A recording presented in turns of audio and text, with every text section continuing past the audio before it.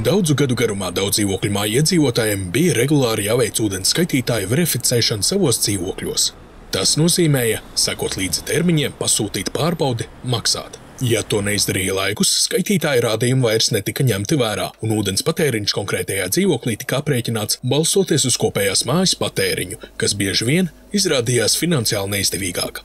Tagad tas ir mainījies. No šī gada 1. jūnija atkārtota skaitītāju verificēšana vairs nav nepieciešama. Šādu lēmumu pieņēmusi valdība, veicot attiecīgus grozījumus normatīvajos aktos.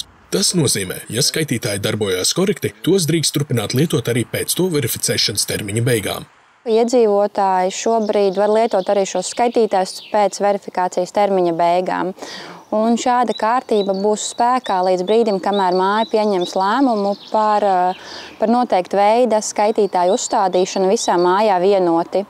Līdz 2027. gada 1. janvārim visām daudzdzīvokļu mājām jāpieņem kolektīvs lēmums par pāreju uz vienotu ūdens patēriņu uzskaites sistēmu. Proti, visā mājā jābūt vienāda tipa skaitītājiem ar vienādām tehniskajām īpašībām un vienotu uzstādīšanas kārtību. Kad šāds lēmums būs pieņemts, esošie skaitītāji tiks nomainīti pret jauniem, kas atbildīs kopējām prasībām.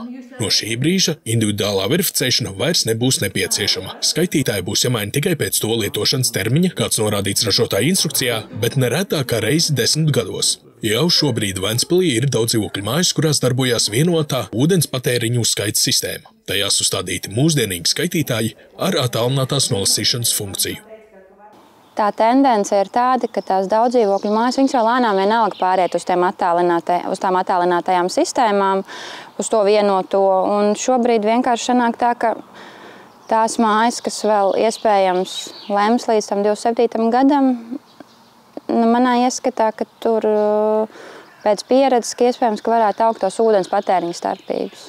Svarīgi atcerēties, kamēr mājā vēl nav ieviesta vienotā sistēma, individuālo skaitītāju rādījumi ir jāturpina iesniegt kā līdz šim, neatkarīgi no tā, vai skaitītājs ir verificēts vai nav. Tā ir visu dzīvokļu īpašnieku atbildība. To var izdarīt elektroniski klientu portālā klientiem.udeka.lv vai iemetot rēķina pasaknīti ar aktuālajiem rādījumiem pārvaldnieka ierīkotajā paskastītē.